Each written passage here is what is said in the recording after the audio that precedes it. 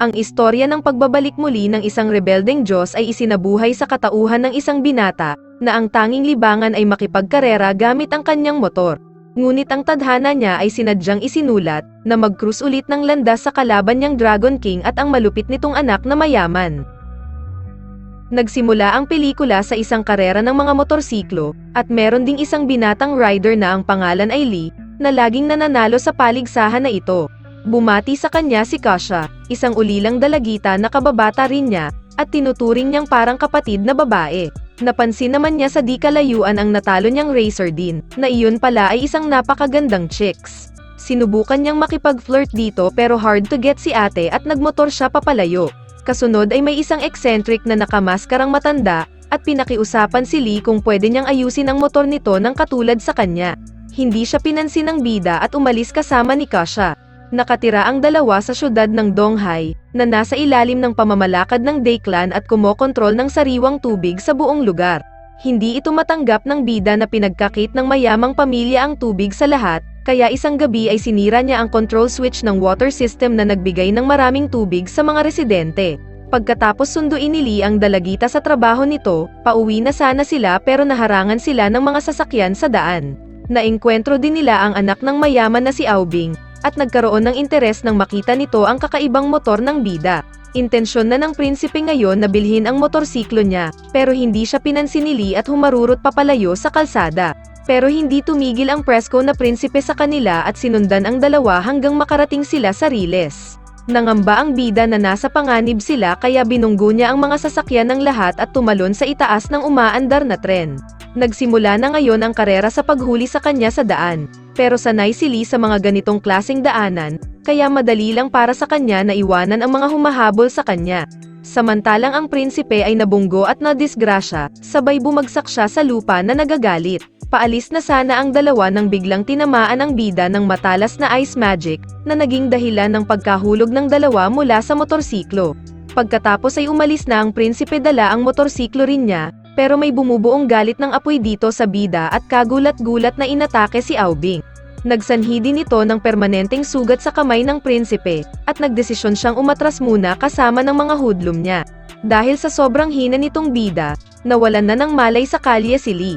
Kinabukasan, nagising siya sa kama ng ospital at nakita din yung chicks na maganda, na natalo niya sa karera. Isa pala itong doktor at ang pangalan niya ay si Sue. Binanggit ng doktor na ang nagdala sa kanya dito ay isang lalaking nakamaskara. Sorpresa namang gumaling agad ang kanyang mga sugat at nagkaroon siya ng mas malakas na pakiramdam sa paligid niya. Kasunod ay nag-alala siya kay Kasha at naawa sa naging kalagayan nito, sapagkat kinailangang putulin ang kanyang isang paa dahil sa disgrasya nila sa motorsiklo. Ilang sandali, bumisita din sa kanya ang kuya niyang si Jean sabay nagpakita din ang maraming magagarang sasakyan at huminto ito sa harap nila. Bumaba sa kanyang kotse ang pinuno ng Daiklan na si Goang, at sorpresang humingi ng paumanhin sa naging asal ng kanyang anak. Ibinalik nila ang kanyang motor at binigyan din ang bida ng maraming ginto para makalimutan ang nangyaring alitan.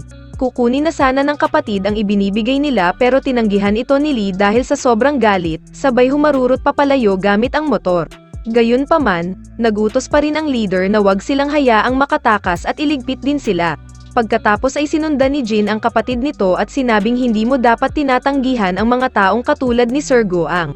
Kagulat-gulat namang may sumunod sa kanilang mga asasin sa likod at sinubukan ng dalawa na makatakas sa mga ito. Sa kasamaang palad, hindi nila maiwasan ang mga taong humahabol sa kanila at nadisgrasya din sila. Isa sa mga asasin ay bumaba sa kanyang motor sabay lumutang ang isang jellyfish na demon. Dinakip niya pati si Lee na hindi makalaban at muntikan pang mapahamak, nang biglang pinalabas niya ang kapangyarihang apoy na siyang tumalo sa dalawang kalaban. Buhay pa rin itong isang asasin at ipinakita ang tunay nitong itsura na isa ring isda. Buti na lang ay may tumulong sa kanya na isang nakamaskarang matanda, at madali lang nitong natalo ang demonyong kalaban. Tinanong ng bida kung sino ba ito at sumagot ang matanda na nagkita na sila dati. Sa mansyon naman ng mga Daiklan, sinabi ni Goang na siya ang tinatawag na Dragon King sabay ipinakita sa anak ang kanyang sugat na parehong-pareho kay Aubing. Nilabas nito ang kapangyarihan niya bilang dragon at umibabaw ang mga coral sa dagat, sabay kwento na kung bakit malakas na tao itong si Lee. Ito ay dahil siya ang reincarnation ng Diyos na tinatawag ding Neza, at siya rin ang nagbigay ng sugat ko dati. Samantalang pinuntahan ng bida ang nagligtas sa kanya na nakamaskara. Pagkatapos ay dito niya nalaman na siya pala si Nezan na ilang beses nang nag-reincarnate sa bawat henerasyon simula ng pagkasawi nito. Dinagdag niya ang tunay na pagkatao ng leader ng mga Day Clan, na nabubuhay na ng mahigit 3,000 taon. Pagkabalik niya sa ospital, bumisita ang tatay niya at nagalit na puro kaguluhan lang daw ang dinadala niya sa pamilya. Kasunod ay naalala niya ang dating buhay niya na pinapagalitan din siya ng kanyang amang hari. Nagdesisyon na ngayong magpunta si Lee sa nakamaskarang matanda para magpaturo kung paano niya makokontrol ang kapangyarihang apoy. Hindi na sila nag-aksaya ng oras para magsanay, at sa una ay hindi ito lubusang makontrol ng maayos ng bida. Nag-modify din siya ng sarili nitong armor ng katulad sa kanyang motor para mabawasan ang sobrang combustion ng katawan niya.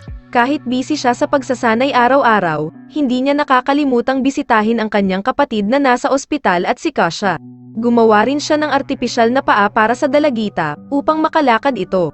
Isang araw na kumpleto na ni Lee ang lahat ng pagsasanay at hinamon ang matanda ng isang laban.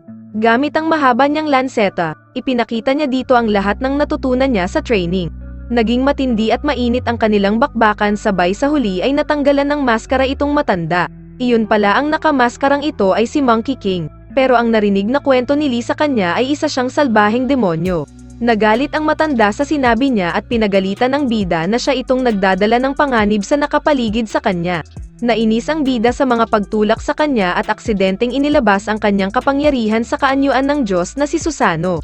Pero sandali lang niya ito naipakita at ipinaliwanag ng matanda na ito ay dahil sa hindi pa siya handa na makipagsanib sa Diyos na yon. Isang araw ay bumisita sa kanya ang magandang doktora, at binanggit na sa ngayon ay nasa mabuti ng kalagayan ang kapatid niya sa ospital. Nakiusap din siya na kung pwede ay ayusin ni Lee ang kanyang motorbike. Nang bigla namang umatake sa kanila ang isang grupo na gustong paslangin sila, pinundirya nila agad ang bida, at muntikan pang mapahamak ng isang matalas na dila, pero buti na lang ay nasagip siya agad ng kanyang kaibigan. Itong atake na ito ay galing pala sa tagapangasiwa ng Day Clan, na nagbago din ng anyo sa harapan nila at naging Toad Demon. Naging mas alerto na ngayon si Lee at napilitang ipakita sa lahat ang kanyang kapangyarihang apoy.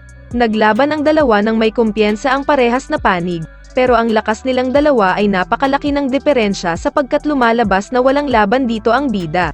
Pero nasa kanya pa rin ang magandang kapalaran. Nang biglang nagpakita ang Diyos niyang si Susano at sa napakadaling sandali, nabasag niya ang barrier ng kalaban hanggang sa tuluyan itong maihaw ng kanyang apoy. Sa tuwing bumibisita siya sa ospital, sinisisi niya ang sarili sa nangyari kay Kasha. Nalungkot si Lee nang dahil dito, sabay nilapitan siya ng magandang doktora at pinakalma ang bida sa pagkwento ng sarili, na gusto niyang makatulong sa mga tao kaya siya nagmedisina. Pero may mga bagay na hindi niya kayang matulungan ang mga tao ng katulad ng ginagawa ni Lee, kaya sinabing humahanga ang doktora sa kanya. Narinig naman itong lahat ni Kasha at nagalit na naglakad papalayo sa dalawa. Umakyat din siya sa itaas ng veranda at umiyak na lang sa naging kalagayan niya. Pagkatapos ay napansin niya na may suspesyosong tao sa kwarto ng ospital, at nakita ring sinira ang armor ni Lee.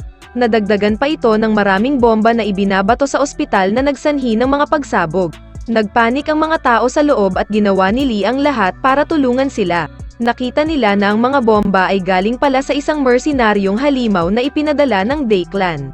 Sa galit ng bida, inilabas niya ang kapangyarihang apoy at tinawag ang Diyos na si Susano. Tumalon din si Lee sa ere at isa-isang hinarang ang papalapit na mga bomba. Subalit nasira ang tornilyo ng kanyang armor at nawalan din siya ng kontrol sa paggamit ng apoy.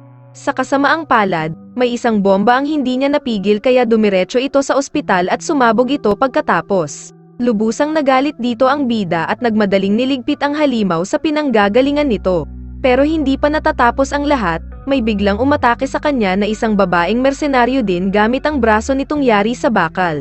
Nagbago rin ang anyo ito na nagiging malaking pamaypay, pero sa bandang huli, ginamit sa kanya ni Lee ang kapangyarihan sabay inihagis ito sa bangin. Bumalik siya sa ospital para tignan ang kalagayan ng lahat, subalit iba ang naging kapalaran ng kanyang ama sa nangyaring sabotahe. Bago pa man tuluyang nagpaalam siya, binanggit nito na ipinagmamalaki niya ang kanyang anak sa nakitang kabayanihang ginawa para sa lahat. Nakiusap din ng ama na ipagpatuloy ang laban para sa mga mamamayan ng syudad. Umiyak si Lee sa pagkamatay ng kanyang ama. Kasunod nun, pumunta ang matanda sa mansyon ng Day Clan para tuparin ang imbitasyon sa kanya. Sa loob nito, nakita niya ang dalawang water demon na umiikot sa isang aparato. Napagtanto niya na kaya pala natutuyo at wala ng reserba ng tubig ang buong syudad, dahil sa ginagawa ng mga demon na ito. Ipinaliwanag ni Goang na kaya sumusunod sa kanya ang mga ito, dahil sa hawak niya ang anak ng mga water demon bilang hostage. Tinanong din niya ang matanda kung bakit nagiging mas malakas palalo si Lee, at nininerbyos na nagsinungaling ito para makaiwas sa tanong. Subalit, matagal nang alam ni Goang na pinagsasanay niya itong bida, kaya inutusan niya ang assassin na babae para iligpit siya. Ginawa ng matanda ang lahat para makailag siya sa mga atake nito, pero nadakip siya bigla ng mahiwagang ribbon at hinila siya pababa ng mga ito. May kaguluhan namang nangyayari sa labas, iyon pala ay dumating itong si Lee na walang hirap na tinalo ang lahat ng mga kawal ni Goang. Pagkakita niya sa leader ng Day Clan, umatake agad siya pero napigilan siya ng magic ribbon ng kalaban at ginapos siya nito. Sa tindi ng galit na nararamdaman ni Lee, ang apoy niya ang nagpalaya sa kanya na hindi nakayanan ng ribbon. Nung nasaksihan nito ni Goang, nagdesisyon siyang umatras muna sa laban. Pero iba ang gustong mangyari ng kanyang anak, at ginustong subukan ang lakas nito na labanan ang bida. Ang dalawang elemento ng yelo at apoy ang naghihintay na maganap sa lugar. Naging mas malakas ang prinsipe nang magbago ito ng tunay na anyo at naging isang dragon, na kahit na malaki ang tsansa na matalo ang bida ay patuloy niyang hinarap ang kalaban. Sa huling sandali, nangibabaw ang galit niya na nagpalabas ng kanyang Diyos ng apoy at nakontrol niya ito sa wakas. Pagkatapos ay nagawang mahawakan ni Lee ang mga nakakabit na bakal sa likod ng prinsipe, na naging dahilan ng pagkasawi ng higanteng halimaw. Kasunod nun, sinabi ng Monkey King kung saan papunta ang lagusan ng sentro ng mansyon, at ito ang nag-iisang kastilyo ng Dragon King sa pinakailalim ng karagatan. Dala-dala niya rin dito ang mga water demon na ginagamit niya para palakasin lalo ang Dragon Pearl na nakatago sa kaharian niya. Kinabukasan, umiyak sa harap ng libingan ng ama si Lee at sinisi ang sarili nito sa buong nangyari. Sinabi naman ng kanyang kapatid na magiging okay lang ang lahat, sabay nagsabi itong bida na pupuntahan niya ang Dragon Palace para talunin ang Dragon King. Dinagdag niya na gagawin niya ang lahat para ibalik ang tubig sa mga mamamayan ng Donghai. Sa kabilang dako, nagdalamhati din ng husto ang leader ng Day Clan sa pagpanaw ng nag-iisa niyang anak. Naghanda naman na itong si Lee sa gagawing atake sa kastilyo ng Dragon King. Pero habang lumalangoy siya pailalim dito, may nagpakita sa kanyang pating na yari sa bakal, pero buti na lang ay natalo niya ito at nakontrol din para ipunta siya sa kastilyo na nasa ilalim ng dagat. Sa loob nito, nakita niya ang maalamat na Dragon Pearl at ang Water Demon na nakagapos ng magic ribbon. Sinubukan niya itong palayain pero hindi pa sapat ang kanyang lakas para masira ito. Dahil dito, nagalit ang bida at sinuntok ang Dragon King, pero sorpresa namang walang epekto sa kanya ang nagawang suntok nito. Inilabas na ngayon ni Goang ang kanyang Diyos ng kuryente, at nagawang tirahin papalayo itong si Lee sa ere. Ngunit hindi pa rin sumuko ang bida lalo na nung nakita niyang nasa panganib si Su, na inaatake rin ng mercenary demon. Pagkatapos ay bumuhos ang lahat ng kanyang kapangyarihan mula sa kanyang katawan at nagawang mailigpit ang babaeng mercenary, sabay ng pagsunog din sa malupit na Dragon King. Nanghina siya ng dahil dito at sorpresa namang tinulungan siya ng Water Demon, gamit ang kapangyarihang tubig na naghilom agad sa kanya. Sorpresa namang buhay pa rin ang Dragon King at pinaslang ang Water Demon. Nasa tunay na anyo na ito bilang isang dragon sabay kinain din ang lumiliwanag na Dragon Pearl. Pinalaya nito ang nakahimlay na mga water dragon sa kastilyo para maghasik ng lagim sa syudad ng Donghai. Mabilis na kumilos ang bida at hinugot ang magic ribbon para hindi bumuhos ang napakaraming tubig sa ibabaw ng lupa. Pero naubos na ang kanyang lakas at nakawala rin ang mga dragon paakyat sa ere, na nagresulta ngayon ng tsunami. Lumakas pa lalo ang buhos ng baha at lahat ng nasa syudad ay sinusubukang isalba ang kanilang sarili. Samantala, hirap nang kumilos pa si Lee sa kamay ng malupit na Dragon King. Pero patuloy pa rin ang laban niya sa kasamaan. Sabay inilabas ang natitira niya pang enerhiya gamit ang pambihirang apoy. Wala nang nagawa ang leader kundi ang sumuko sa nagliliyab na kapaligiran. Pagkatapos ay naglaho siyang tuluyan maging ang Dragon Pearl na tinataglay niya. Nasa kritikal na kondisyon ngayon ang bida, sabay nagising siya sa liwanag ng kabilang mundo. Dito niya rin nakita ang Diyos ng apoy, pero nag-aalala pa rin siya sa kalagayan ng mga tao sa syudad. Pinakiusapan niya ang Diyos na tulungan silang lahat at pinakinggan naman siya nito. Binigyan siya ng karagdagang apoy na nagbigay sa kanya ng panibagong buhay, at ginamit ang mala-Diyos na kapangyarihan para makontrol na ngayon ang mga magic ribbon. Pinakawalan niya ang mga ito para pigilan ang mga water dragon na naghahasik ng lagim sa syudad. Sa wakas ay bumalik na sa normal ang kalagayan ng lahat at nagdiwang ang mga populasyon. Mag-subscribe para makapanood ng mga video na katulad nito. Hanggang sa muli kaibigan.